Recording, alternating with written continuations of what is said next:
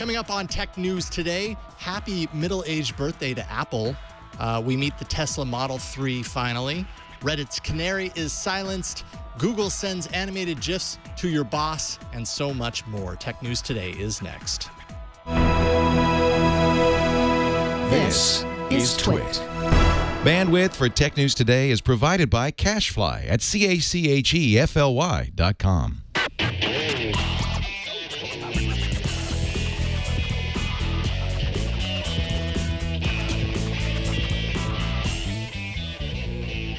This is Tech News Today, episode 1483, recorded Friday, April 1st, 2016. This episode of Tech News Today is brought to you by Tracker, a coin-sized tracking device that pairs with your smartphone and keeps you from losing your most valued possessions. Visit thetracker.com right now and enter promo code TNT for 30% off your entire order.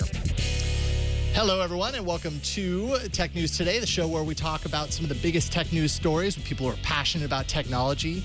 I happen to have a couple of those people, of said passionate people around technology right next to me. Of course, Florence Ion from Greenbot and All About Android, the show that I do outside of this show. And then Ron Richards of All About Android. It's an All About Android. It's an All About Android trifecta. Wait, this isn't All About Android? No, I'm sorry. I totally conned you guys. I was wondering why we were sitting in a different spot. On a Friday. I was confused. He asked us but here. now We're this here. makes much more sense. Yeah, this is kind of the thing we do on Fridays. Tuesdays, of course, is All About Android. That's when we do the Android thing. We've got a couple of Android-y things. So we are going to talk about Android. A little bit. The funny thing about all of us doing All About Android is that we actually know things and are interested in things other than Android as well too. Like in fact, some of us. I think you'll surprise even yourself. You'll surprise yourself. I mean, I mean, the thing is, as much as I love Android, it's been what, 6 years or so. We were into tech many years before that. That's true. Yeah, our love of Android is based on a foundation of tech that by many years superseded that. It's like my other show that I do on my own, iFanboy, which is about comic books. A lot of that audience thinks that I only care about are comic books, and he also cares about Android. Yes, and other things. And other things. Yes, and 90210. Evidenced by today. Thank God. This is why we get along. This is the only reason we get along.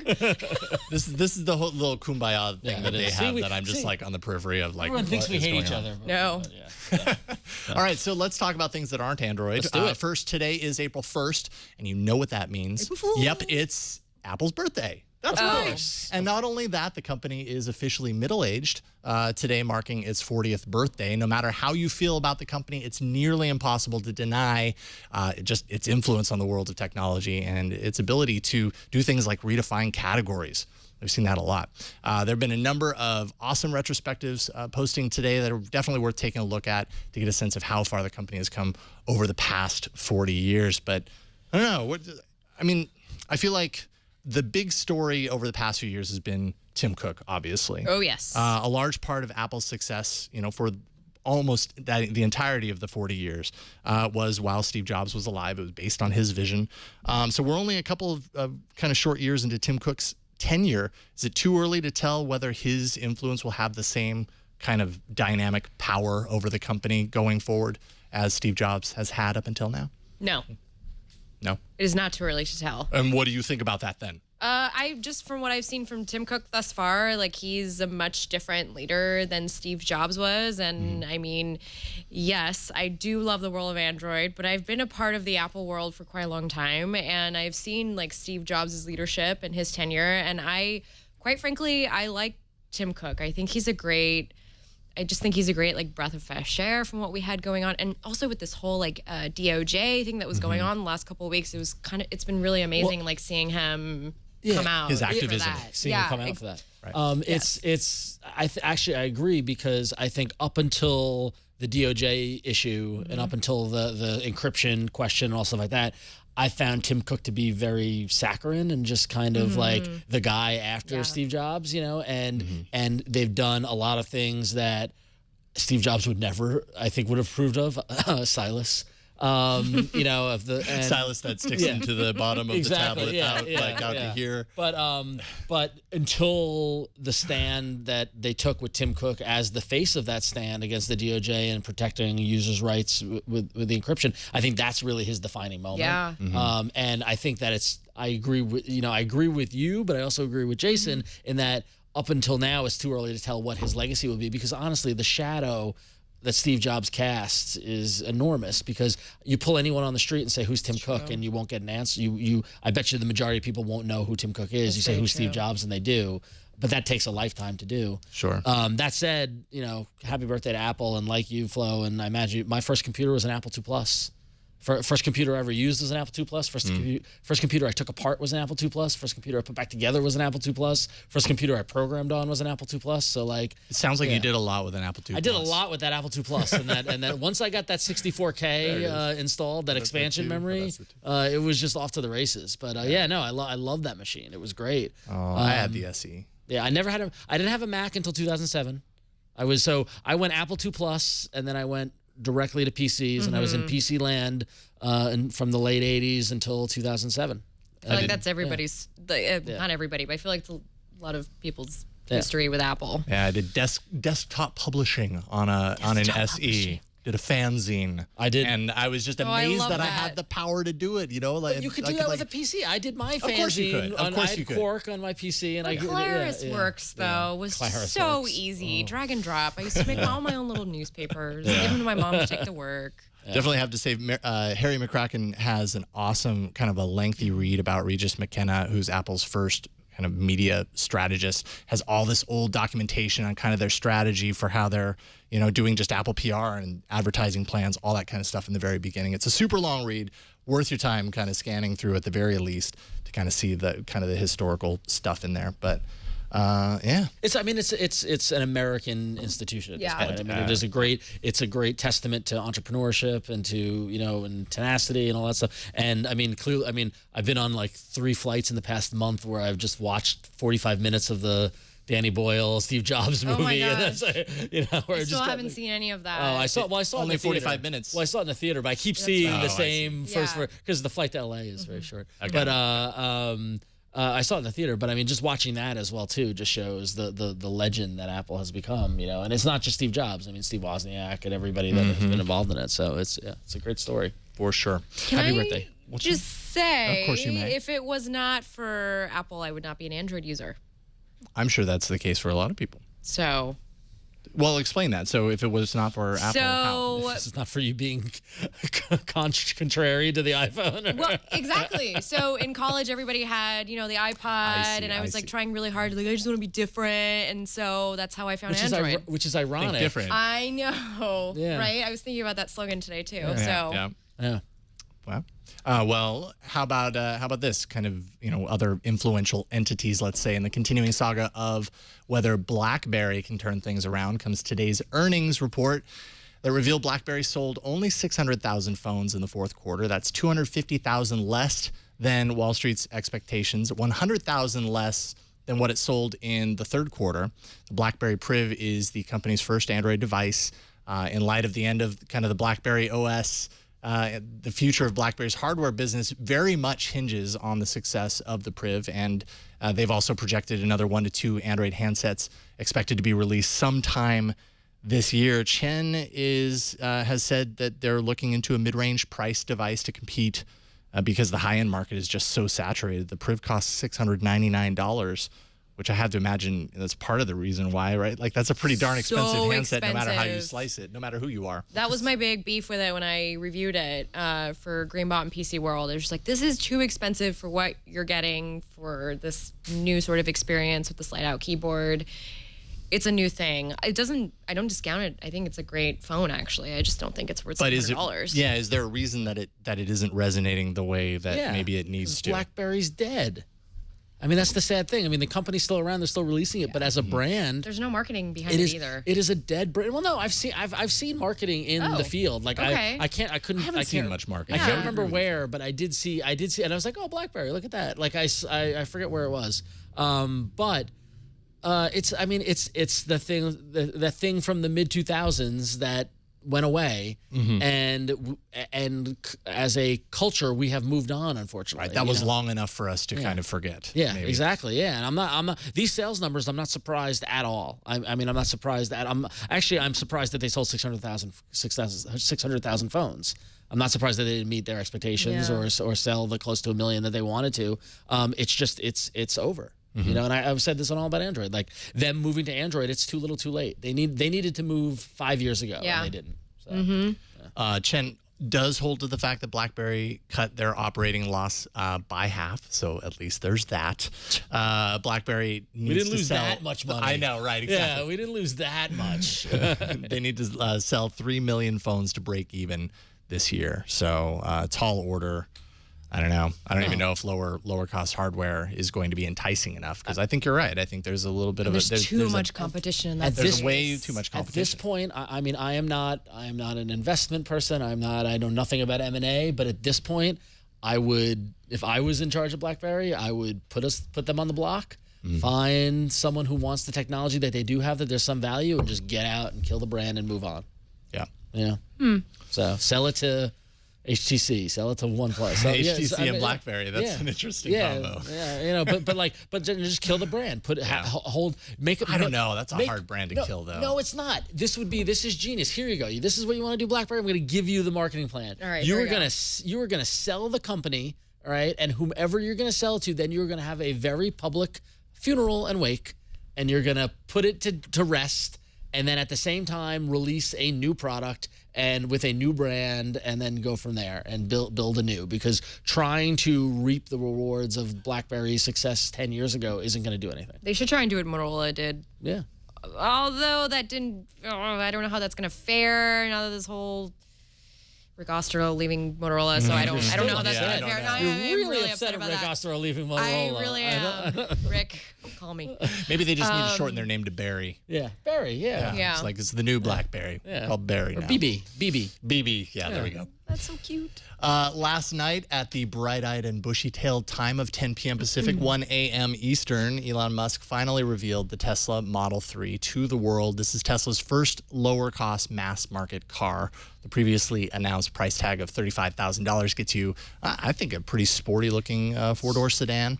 Has some characteristics of the Model S, but definitely in a more compact body. It fits 5 adults comfortably, says Elon, due to expanded front seat space, compressed instrument panel. The instrument panel looks actually pretty sweet. It does have some of the semi-autonomous features included, things like automatic lane changing, lane keeping, a whole bunch of other things. Musk also said Tesla doesn't make slow cars. The 3 goes from 0 to 60 miles per hour in less than 6 seconds. And also the key metric on this car is that on one single charge it can travel 215 miles. Yes. Which is the critical mass point for electric cars to break into the masses. That's pretty great. And in fact, it's interesting because there was a article, the cover story of Wired a couple issues ago was about how GM beat Tesla to the affordable electric car, how the Chevy Bolt was going to hit market before the Tesla Model 3, and it can do 200 miles and at the similar kind of price tag. What's funny, though, is that I have not seen anyone in my social media feed talking about putting a pre-order on a Chevy Bolt, whereas yesterday I lost count of my friends who were like, just put my deposit down on a Tesla Model 3. Because it's so easy to draw, easy in air quotes, It's only relatively easy to drop $1,000. $1,000 to do that. Yeah, if you want. I mean, one of my friends down in LA waited in line. She was 124th in line, and got it in. Got in super early. People are excited about this, and this is the moment. I think Tesla's been great up to this point, but it's been a vanity product.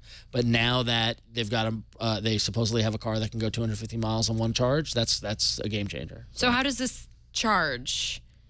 I mean, well, you plug it. I know, but I'm thinking, like, how long does it take to charge? Like, do we really have the infrastructure to sort of support this kind of electric? It's supercharge capable. So and that basically is, I can't remember exactly how fast that is, but Tesla's adding all of these superchargers around. I think they said they're adding another 3,600 supercharger stations and 4 times as many destination chargers.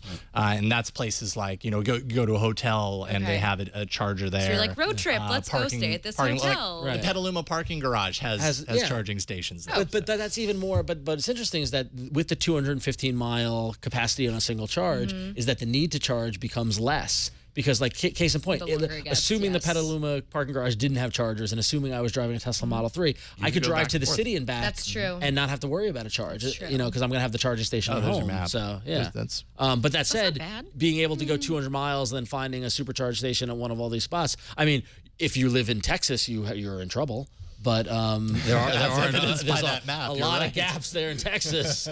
But yeah. But adding another, another 3,600. I feel like you can't drive an electric car in Texas. I'm sorry, I'm making a total blanket statement about Texas, but maybe that's part of the reason for the map that you see there. Which, by the way, for the audio listeners, has Texas pretty bare on charging stations. Well, in Texas's defense, it is enormous. That's what I'm saying. True. You gotta have a big car to be in a big Texas. I've driven through Texas, like through all of Texas, and it takes forever. Days. Yeah. It just never ends. Very good point. Yeah. I love Texas. 198,000 pre-orders in 24 hours. That was as of 10:30 a.m. Pacific this morning. All those making a $1,000 deposit. That's compared to 50,580 cars delivered in 2015 alone. 198,000 compared to 50,000 that have actually delivered. Because this is the price point that people can afford. Exactly. Yep. So this is a big moment for Tesla. I think the challenge now is, that's a huge pre-order, and that's only going to continue to skyrocket. Elon is already saying, the wait time is growing rapidly, so get in there now. Now they just have to deliver, and the delivery is not this year; it's next year. So they have some time, but still, that's crazy that you're buying this far out in advance. And for a think car. about the other cars in this price point. Like we're thinking about BMW and Mercedes and Lexus. Like that's the cars that the people have been, buying in that price point. Sure. And so now there's another sort of car to add to that list. Yeah, and it's a lot of nice those people option. have pre-ordered it. And so I'm wondering, if the other luxury car makers will be like, we are going to have to beef up our economical line, like the entry level, luxury car. And also this Tesla looks like a Porsche. It's nice. Yeah, it looks like really nice. I mean, it's got a nice style to it. So, and it's fast. Yeah. They don't make So it cars, has. So it by has the a way. lot of those qualities that Yep. is making me consider possibly. Do it. I would love it. I mean, I've said if the next car I get, I want to be electric. It's just I rent an apartment without a parking space, like all the logistics it's of getting the yeah. charging. It's and like all having that a stuff. child. Yeah, exactly. So I'm not there yet, but when I do get there, so There you go. Tesla will be waiting for you, Ron. hopefully. With open arms. Shifting gears a little bit here, Reddit has long been the proponent for free speech, and up until yesterday, its transparency report had included what many refer to as a warrant canary that stated that as of January 29, 2015, the company had not received an NSA letter, a FISA order, or any classified request for information on its users. A gag order is actually associated with those types of requests, and that prevents the company from explicitly revealing publicly that they did, in fact, receive one of those orders. Its transparency report for the remainder of 2015 has that entire section removed, basically acting as a silent acknowledgement that during 2015, Reddit was likely the recipient of one of those orders. In other words, the canary has gone silent, and that silence speaks volumes in this case. What do you guys think about this? I mean, Reddit has for so long been just right at the top of the discussion as far as like these internet forums, internet discussions where free speech is kind of top of mind. Right. I mean, it's tough with the legal stuff, and if they get one of those things, how they respond. I mean, to what can you do? Yeah, exactly. Like it becomes this kind of situation where I doubt they want it. You know what I mean? Oh, for sure. Yeah. So, and if anything, I think it's just a testament to the conversations that are happening on Reddit now. The increasing amount of conversations that are happening on Reddit as it continues to grow and continues to have a larger kind of community. What do you think? I agree. Fair enough. I agree. Reddit CEO Steve Huffman actually took to a site discussion on this topic and basically said, I've been advised not to say anything on this matter, further kind of having people be like, okay, well, obviously there's something going on here. Reddit has also filed an amicus brief last month supporting Twitter, who's trying right now to get some sort of clarity around being able to, at the very least, tell users when they do have an order how many orders they've had, as opposed to what's required right now, which is like anywhere between 1 to 100 or 1 to 500 or 500 to 2,000 or whatever it is. It's this long blanket kind of area that's just way too obscure. It's the conflict between the transparency that these communities want and what legally the companies that are getting them are allowed to do. I know Twitter and Reddit would love to say, number of requests we've gotten, 8 or 7, or so you get an idea of it. But legally, they can get into trouble for doing that. So it's murky. Yeah. All right, so we've done an okay job not talking about Android for the most part. We talked about it a little bit with the Blackberry story. It was more Blackberry than Android. Yeah, but this was a little bit there. Yeah. But today does happen to be the official release date of the LG G5 Android handset. Flo, you have a pre-production version. I do. It's buried in my purse right now at the other end of the studio. That's okay. That's okay. Okay, so you don't have it in hand, but you have it in purse. Hand, but I have it in purse. It's on the premises. It's on the premises. And you've been spending some time with us. Now, one big kind of, I'd say, differentiator is LG's Friends. Explain a little bit about Friends and if this is something that the public is really going to sink its teeth into it. So if you've ever wanted to make your phone feel at home and you wanted to get some friends, you could do that with the G5. You can choose from 2 modules right now, which pop in to the G5. Although, interestingly, the hi-fi module made by Bang & Olufsen has not passed the FCC yet. So it is not working with the US variants of the LG G5, which is, definitely that. The other friends include a rolly ball, which you can use to spy on your dog or check on your cat. It does Have you played around with that? I did not play around with it, but I asked if it goes downstairs, and they were like, "No, you'll have to buy 2, one for upstairs, it one goes for down. downstairs." Doesn't go back. It does not. Yeah, it doesn't. Which is what I want it to do if I'm watching my cat. Anyway. Yeah, that's fair enough. In addition to a VR headset, which is not as I want to say developed as even Samsung's Gear VR, and a 360 camera, which I also have here on the premises, but not in my hand. That's okay. I wanted to see the 360 camera. That's okay. We'll see it afterwards. We'll see it later. Yeah. Yeah. Well, I can see it right there. There we go. It comes in a little holster. Almost as good. This is actually how our review unit showed up in this green box. It was very nicely packaged. But all out like that? It showed up like that? No, they all came in the little okay. modules. Yeah, there's a camera module that you can tack on for extra battery support and extra buttons. It definitely helps with gripping the phone.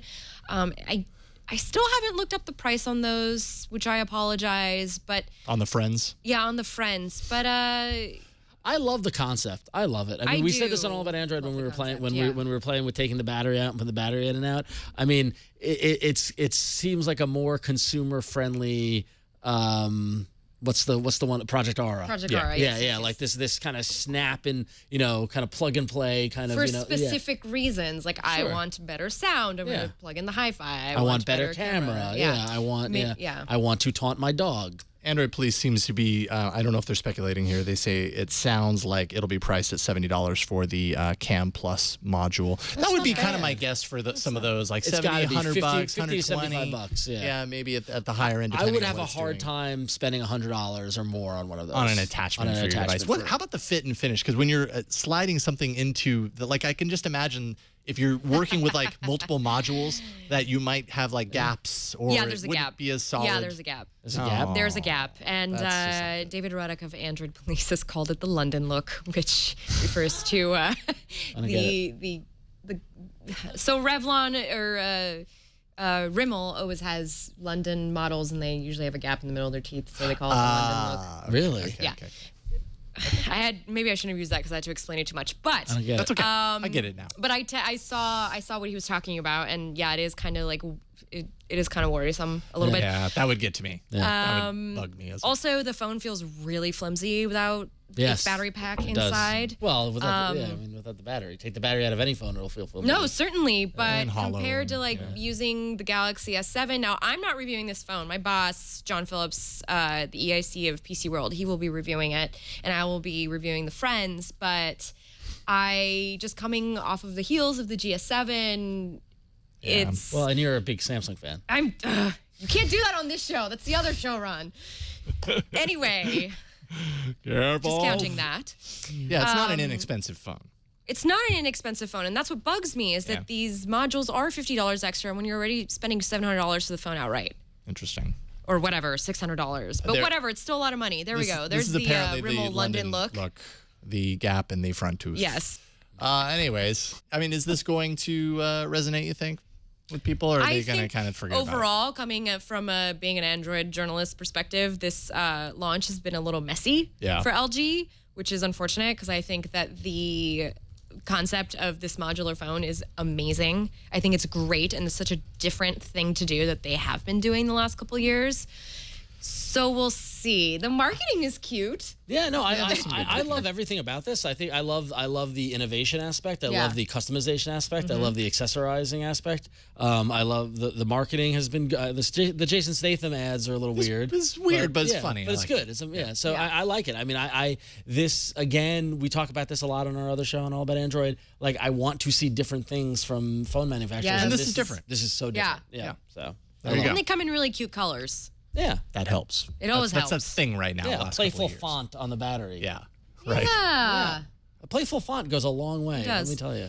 So the LG G5 released today. I don't know if this convinced you to buy one or to steer clear, but there you go. You can get one now if you're curious. I do need to mention something to all y'all who are Android users interested. The software update has not hit with the application drawer. Oh, okay. So it's still app drawer list. Yes. Okay. Well, I think Or at that- least I our think they'll- review units don't have them yet. I don't know about the I think they'll consumer. be fine. I think they'll be fine. they'll get through.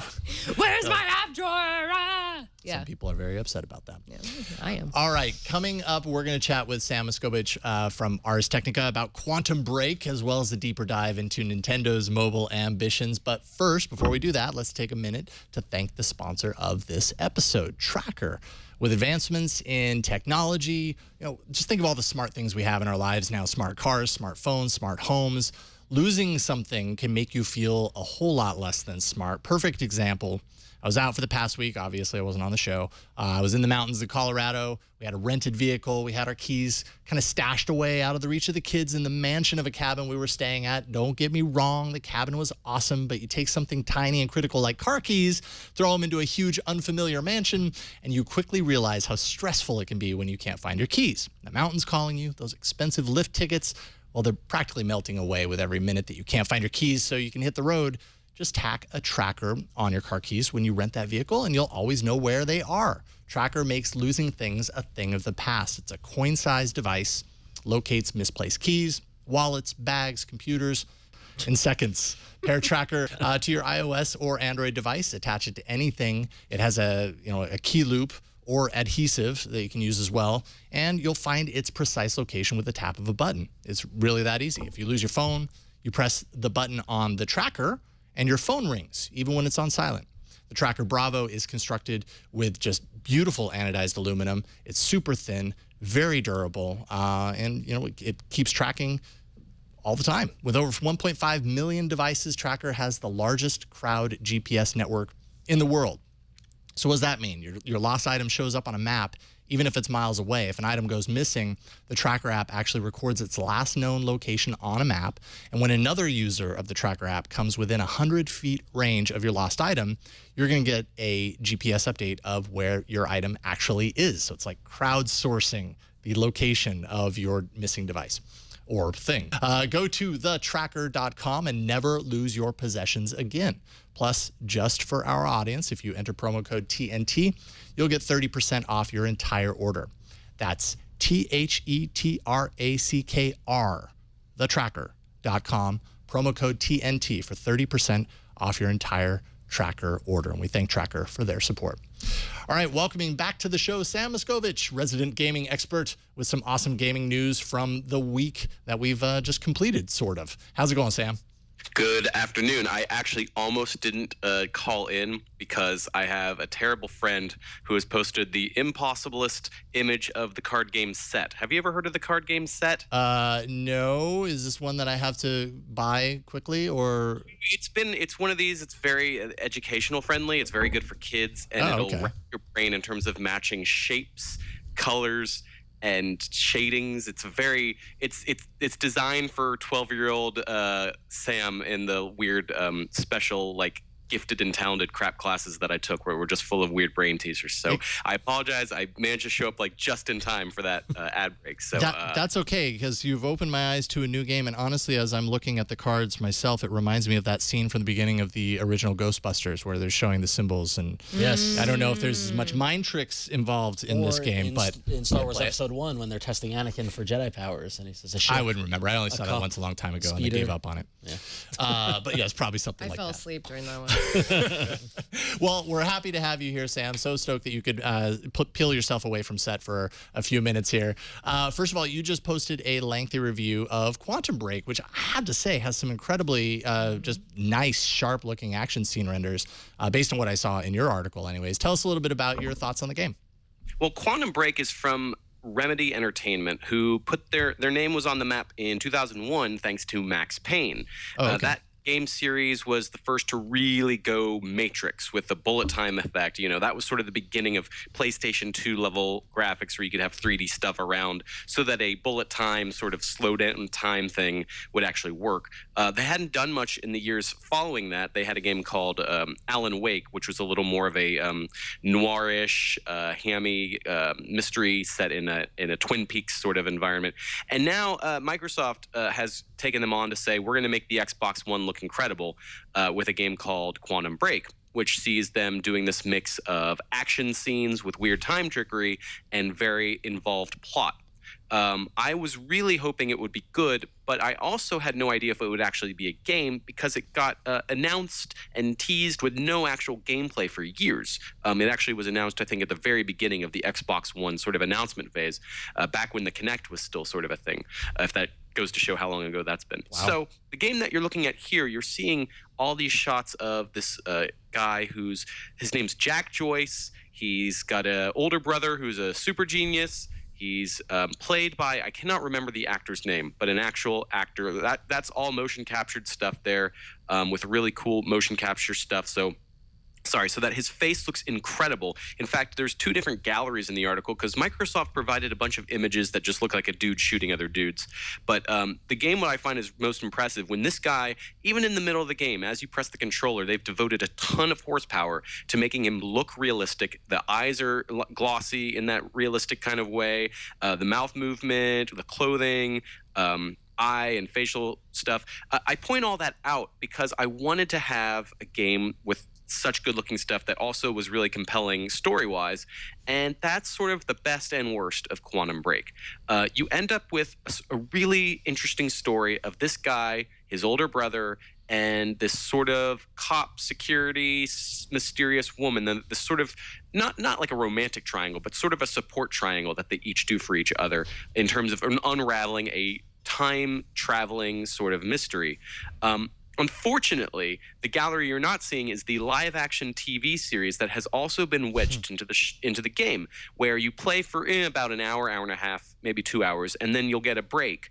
And for about 22 minutes, a live-action show that involves some of the game's characters and plot plays out from the quote-unquote bad guy's perspective. This live-action show is garbage. It is horribly written. The directing, the cinematography is junk. The actors, they have some really good actors, including you saw one of them, a guy from one of the bad guys in The Wire. And he's also in Game of Thrones. Yes. He's like Littlefinger. Yes, there's some good actors doing their best with just atrocious script. The reason they even put this live action show in is because they sell the game with this promise of choice mattering, that you make a decision right before one of these episodes that sends a supposed wedge between two evil decisions. Like the very first one puts you, you have a survivor of a terrible thing that witnessed your bad company's crimes. What do you do with her? And whichever thing you choose sets everything else in motion, supposedly. The show, however, has been written with such generic links to that choice that you can tell that they've inserted little blue screen, green screen moments and little tiny snippets of dialogue that reflect that, oh, you made a choice that mostly doesn't matter. You still get these really overlong, boring car chases, which are full of Nissan cars, by the way. It's the most blatant ad placement I've ever seen. And really bad fight scenes. There's a whole plot with the character. By the way, the live action show focuses on people who aren't interesting in the game, including this mercenary who's suddenly got a change of heart, who His wife is pregnant, which you get to hear about 28 times. He lets you know that his wife is pregnant many, many times. And at one point, in the change of heart moment, a soldier is coming in, and he chokes this soldier to death. You watch him choke the guy to death in real time while a bunch of innocent people look on. It's just it's just like a pinpoint little moment of everything wrong with this show that I think what happened, and I say this in my review, is that Exhibit showed up in a Microsoft board meeting room and said, yo, dog, I heard kids like their Xbox and their Netflix, so let's put something that's like Netflix in an Xbox game. And it totally misses the point of why I would want story in a game. So that's there's more to like the gameplay systems being disappointing and the graphic stuff being really cool, but it's just the exact sort of uneven thing that is going to let a lot of people down. But at least the story stuff, at its best, is worth some of the headaches. It's interesting. If you're going to devote that much time and put that much emphasis on kind of developing a plot and a story with actors and everything, especially like I can't even imagine personally, and I know this is probably different from person to person, but playing a game, being super active and involved in it, and then hitting a point to where whether I wanted to sit back and watch or whether I wanted to continue playing, I had to sit back and watch for 25 minutes and watch a show. But I understand it's all part of the kind of evolving kind of creation of the plot and all that kind of stuff. So, yeah. Very interesting. So, okay, so how about this? This one I know is going to at least set Flo on fire here a little bit because she's been very stoked. A few weeks back when Nintendo first released Miitomo in Japan, I had installed it on my device, showed it off on the show very briefly. Admittedly, I hardly did the app justice at that point. Sam, you've spent a lot of time with Nintendo's first mobile app game, whatever you want to call it. What are your thoughts? What do you think it signals for Nintendo's future in the mobile space? Well, I'm looking at it right now. I'm trying to show off my little mustachioed Sam Tomo. Yeah, we can't quite see it. No. I'm trying to get my angle. The mustache is very important. Oh, I see. There's a little mustached Sam Tomo right there, hanging out. The first thing I've got to say, now that it's in the wild and in an American's hands, I cannot tell you how many people are really into messing with it in ways that are inappropriate for showing on your fine program. Miitomo is all about connecting to known friends. You have to approve people. And there's no friend code system like there was for the Wii, the Wii U, the 3DS. It's simply about what's your Twitter or Facebook. In fact, that's the only way you can add people is if there's a Twitter or Facebook connection. Huh. The result is that it doesn't censor. It assumes that everybody who's talking and communicating with each other knows each other. And so there's just no censorship of the words that are chosen at all. Plus, the game has a little synthesized voice that says everything out loud. I think there's been a lot of people who've really enjoyed the fact that the synthesized voice will say every one of the 7 words that George Carlin says you can't say on TV. There I am hanging out, by the way. And I almost feel like it's become because as a social networking service, it's very limited. You are asked these very pedestrian, boring questions about your daily life. And then once you answer them, you just get this stream of random people's questions and answers. And there's no way to really tell. They don't come to you based on a voting way. So if a comment gets a bunch of likes, that isn't filtered to you faster. It's simply a stream of random questions and answers. And so the only thing that's really proven interesting to me is to see people treat this almost like modern art in terms of what happens when we take known entities like Nintendo-styled characters and have them talk about real social justice issues and sexualized content and cussing. And that's not something I got into my article so much. My article was mostly that I was sort of bored with it at first, but I find that the real social aspect of people kind of delighting in the lack of censorship and also trying to make something fun out of a pretty boring system, which, by the way, is mostly about answering questions, earning little coins, and using those coins to buy outfits. Or you can also use those coins to buy a slot machine game that lets you possibly win an outfit for cheaper. It's not a very satisfying little slot machine thing, though. Yeah, I've seen that the games aren't necessarily the most. Well, so wait, hang on now. Before Flo responds to Sam's great comments, I would like to know, where can I get some popcorn here? Flo? What do you have to say about it? Well, I was going to actually say, I don't know if you saw, Sam, that some of the questions they ask, they get turned around. So, for instance, the question about how many dozens of flowers you see in a field, when you're watching your friend answer the question, they answer it as, this is how many people I expect to date in a lifetime. So it like tricks you. So I answered like 185 dozen, and it's like, this is how, and it told my friends, this is how many people Flo expects to date in her lifetime, 185 dozen, which is like. So you answered one question, and then it posed it as another question. As another question. Oh, interesting. Gotcha. I was wondering about that because I never actually got that question. Yeah. But I saw people talking about how many people they want to date. Yeah. I don't know if that's them just really wanting to beat Google to the punch on that whole weird bad April Fool's thing that went awry this morning or what. But that's a nice amount of ingenuity that I appreciate. I will say, interestingly, so a couple of us have gotten on it in the last couple of days, and I'm like having full threaded conversations with people in Miitomo right now. Like me and Nate, OG from the Wall Street Journal, we've been having conversations back and forth about like where we want to go travel and like different foods that we like to eat. And all the while, your me is just basically saying all the words out loud to you. Yes, but I'm typing everything. That's me typing everything in. And I learned that you can upload your own photos. So I've been like uploading memes and stuff to like people's. So I'm having total fun with it. It's like another form of Facebook for me.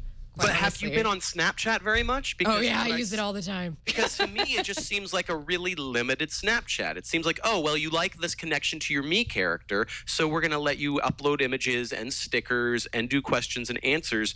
But ultimately, I think my issue with it is that I see the fun in it right now, and I'm guessing everyone I know is going to stop using it in about 2 days.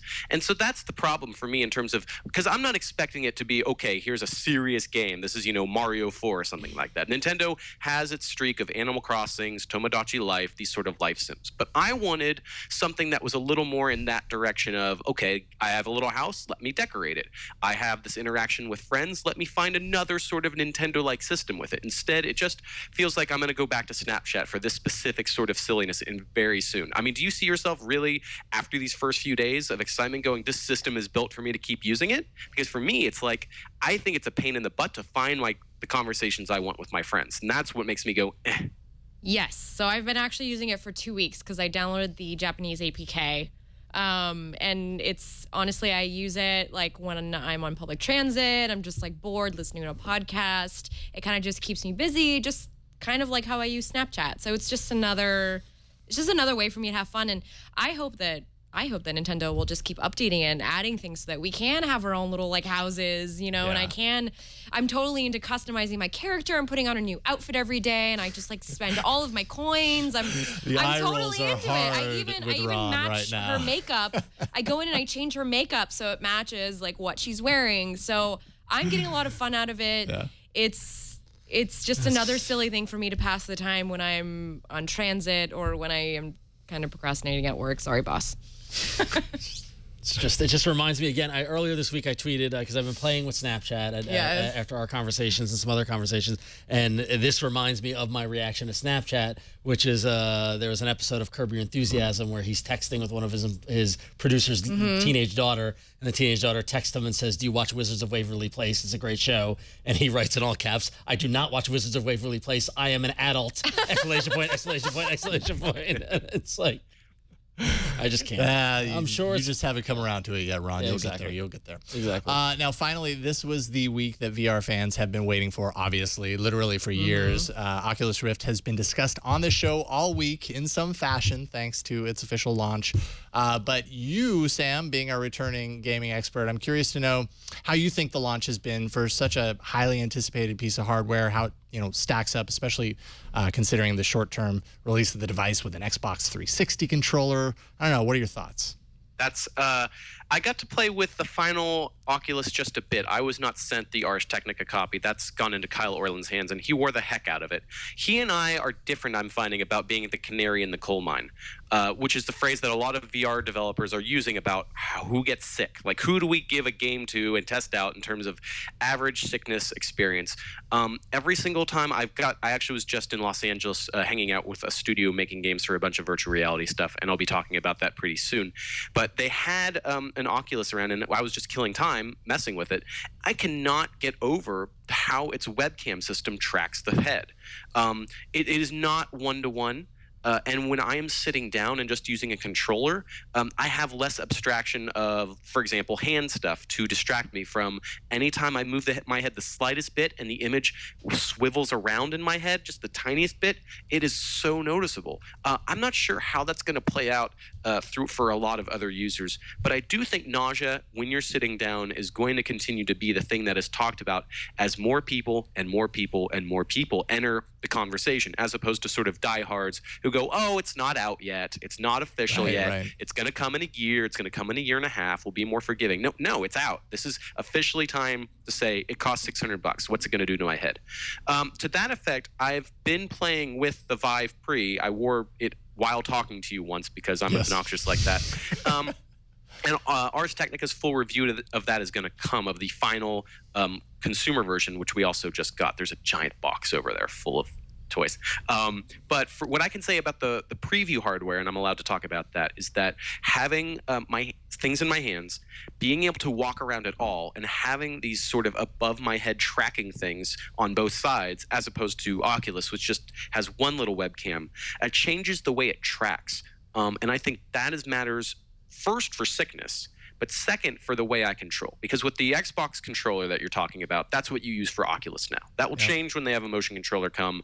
But for now, I am playing the same sorts of games with the same sorts of control systems. I need this joystick to move. I need these buttons to do things.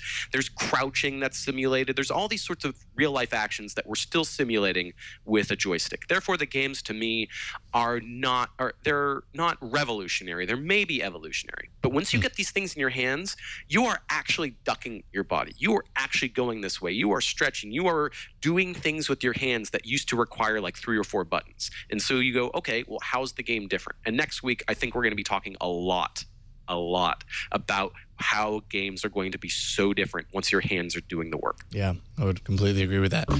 Yeah, Ron. From a hands doing the work and from an interface standpoint, I thought this was interesting as well. So, with the release of Oculus VR, actually a buddy of mine, my friend Jeremy, who's in my pinball league, he does a lot of work with the guys at Tested, with the guys, Jamie from, not Jamie, the other guy from Mythbusters. And he put together something called PinSim, which is a virtual pinball machine controller for Oculus.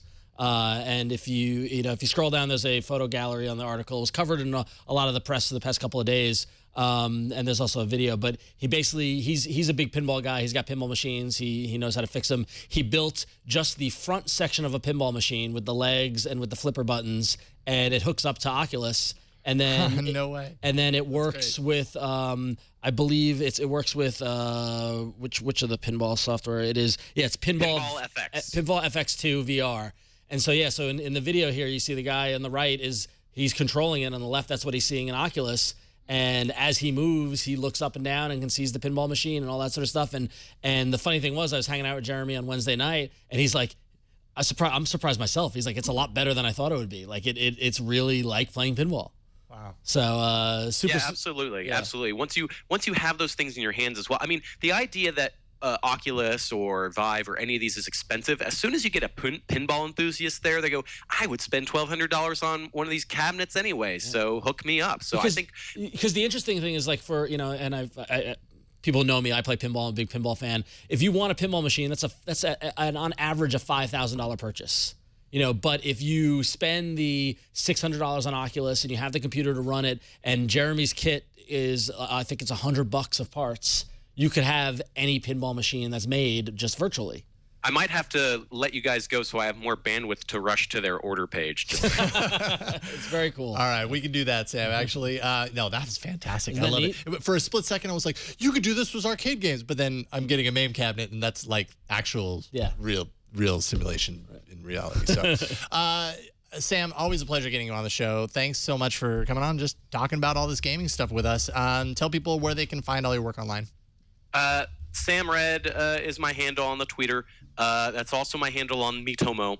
So if for any reason I will continue playing with it, let's be friends. Come find me. I'm gonna find you. you know what I'm hoping? I'm hoping that you and I each exchange questions and answers to totally different questions so we can have a very confusing new friendship. Yes. Yay. But yeah, Ars Technica, I'm there all the time. I'm going to go put on a bunch of headset stuff right now because I have a lot of VR to play before the Tuesday launch of the Vive. So talk to you guys about that next week. Sounds great, Sam. Thanks so much. We'll talk to you soon. Have fun. All right, TNT's fan of the day is at Malus Pumila LLC on Twitter, who says he's, quote, getting tech-jucated. He made up a word, tech-jucated, by watching TNT while coding for the iPhone by the looks of his laptop and iPhone environment on his big desktop screen. That's how you do it right there, folks.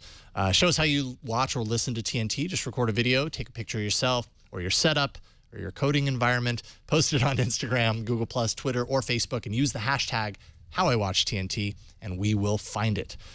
And finally, we can't end a tech show on a day like April Fool's and not at least address what has become quite a ritual in the tech world. Pranks, jokes, fake products by the companies we cover on the show every single day.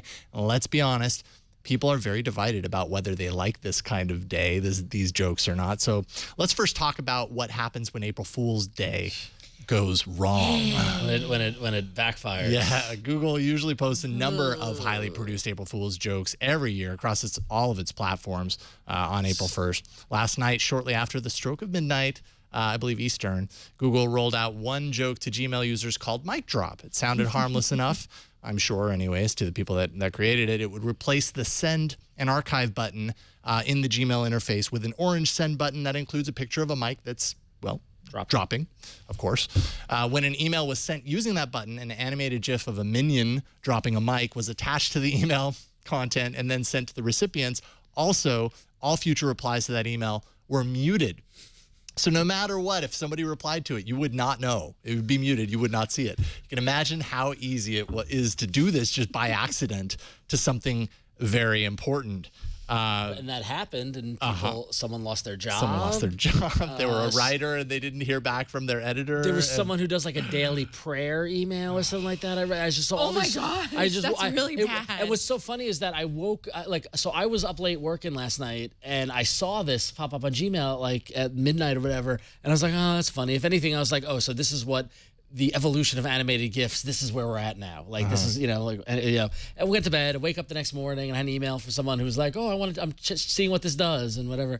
And so I got up 7:30 our time, and I look, and it had already been shut down, and already all the horror stories have already been, and I was like, wow, that just backfired badly. Yeah. I mean, it's one thing to put out a video here's our funny fake product. It's another thing to bake it into something as critical. And it's even another thing to just change an icon in a Maps interface because that's funny, but that doesn't really change or add the a layer functionality. Of Pokemon or do whatever you want to do, but to change the functionality and fundamentally change the way it works. And the thing is that I bet you, I know if you're like me, I'm muscle memory. Right. It replaced the send and archive button. I just click that button without looking, not noticing that it's orange and has a mic. Oh, that's weird. Click. And so this was a step too far, and I'm hoping that now, because I or are we humorless? Well, no, are we humorless, Ron? Because here's the thing, is because we were talking about an email earlier, and I used to love the April Fool's stuff is a ton of fun, and when done well, it can be really good, but it's out of control now. It's completely out of control. Google did eight individual pranks today through their different business units. That's too much. That's people devoted to making pranks when they should be fixing bugs. Google's playful like Google that. Google did the mic drop. They did Google Photos emoji search, Google's smart reply emoji, Google's self-driving bike, Google's cardboard plastic, which I liked. Which was funny. Google Play Books introduces real books. Google Search for your socks. So almost like every team is allowed to have one prank, and that sounds in like aggregate. a great idea, Fred. Let's put that one in the books. Right. And then so Google wasn't the only company. I mean, Hulu turned into a dating site. Which was somewhat amusing. I mean, things like, I don't know. Atlassian had their own Tinder thing, which I was just like, oh Lord. YouTube did Snoopavision.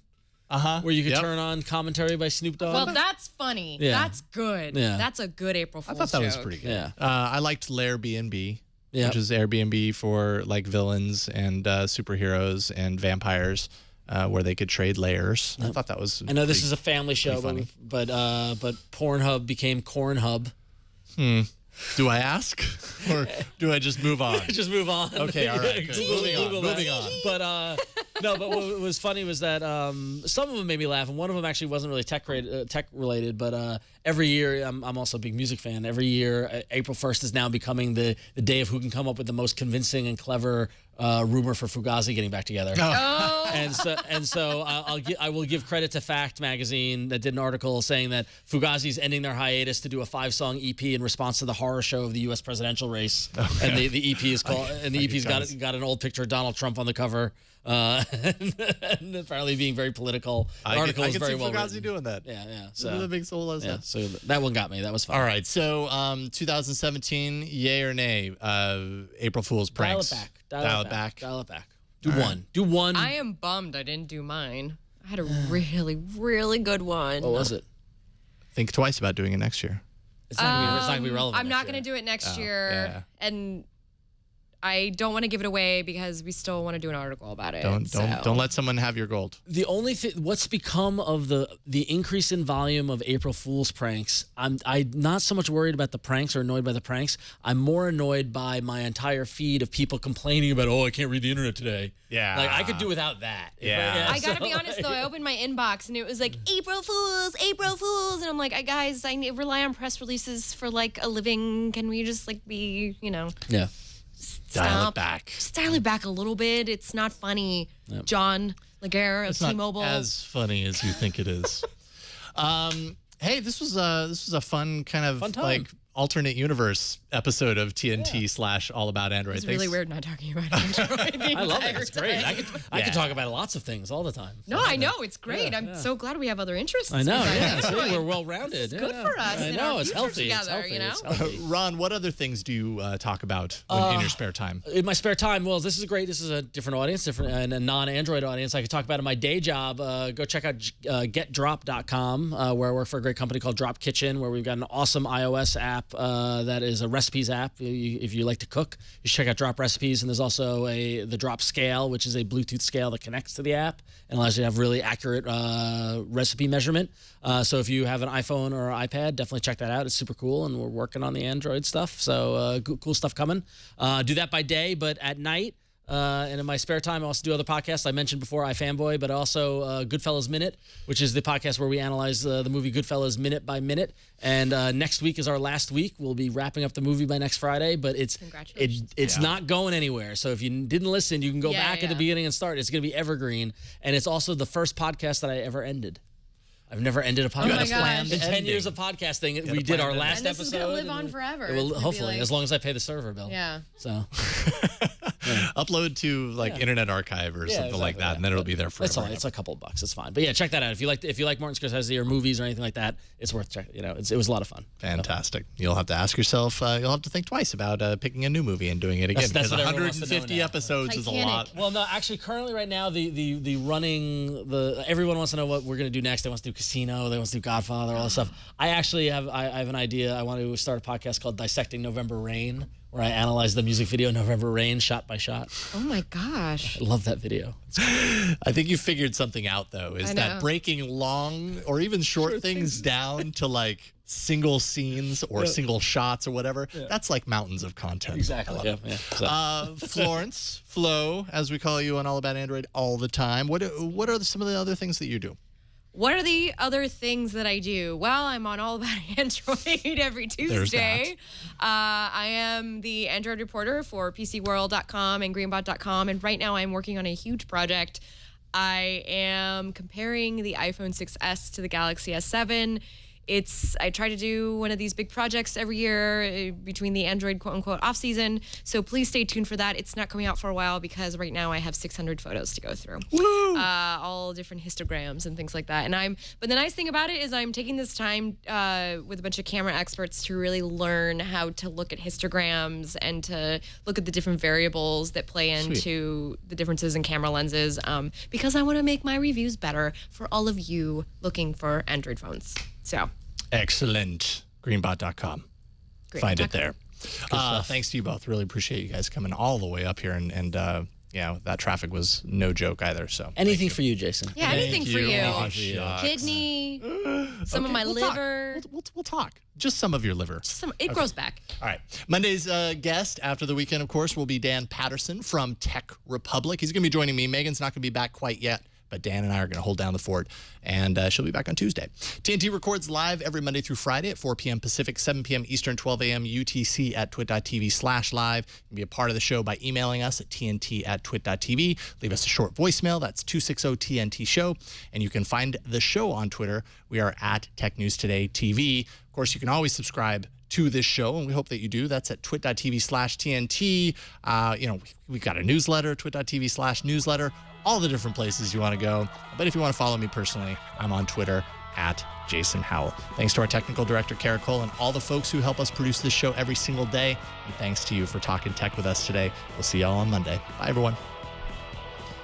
Woo! High five. Woo! Let's do it.